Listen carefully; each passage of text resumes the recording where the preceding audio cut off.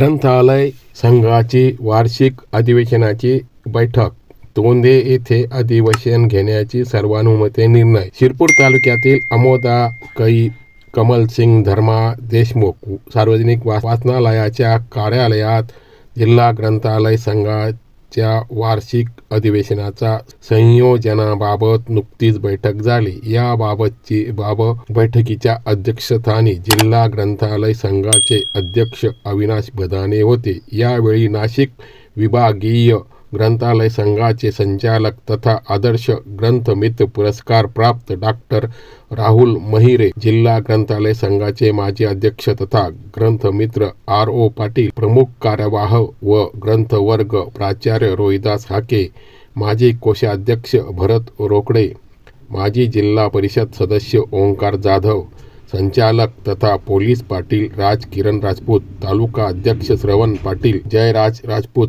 कचरू अहिरे, पत्रकार तथा संचालक अनिल न्याहाळोदे, दिनकर पवार यांच्यासह विविध वाचनालयाचे पदाधिकारी उपस्थित होते.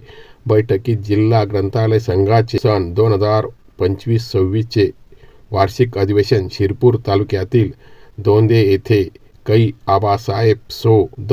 र. पाटील सार्वजनिक वाचनालयात घेण्याचे निर्णय सर्वानुमते घेण्यात आला व अधिवेशनाच्या यशस्वी संयोजनासाठी तालुक्यातील सर्व वाचनालय चालक, पदाधिकारी व तालुका ग्रंथालय संघाने सक्रिय सहकार्य करण्याचा ठराव करण्यात आला. ग्रंथालय चळवळीच्या बळकटीकरणासाठी तसेच वाचन संस्कृतीच्या वृद्धीसाठी हे अधिवेशन अत्यंत महत्त्वाचे असल्याचे मत यावेळी मान्यवरांनी व्यक्त केले. धुळे जिल्हा ग्रंथालय अधिवेशन तोंदे येथे होणार असल्याचे समजते.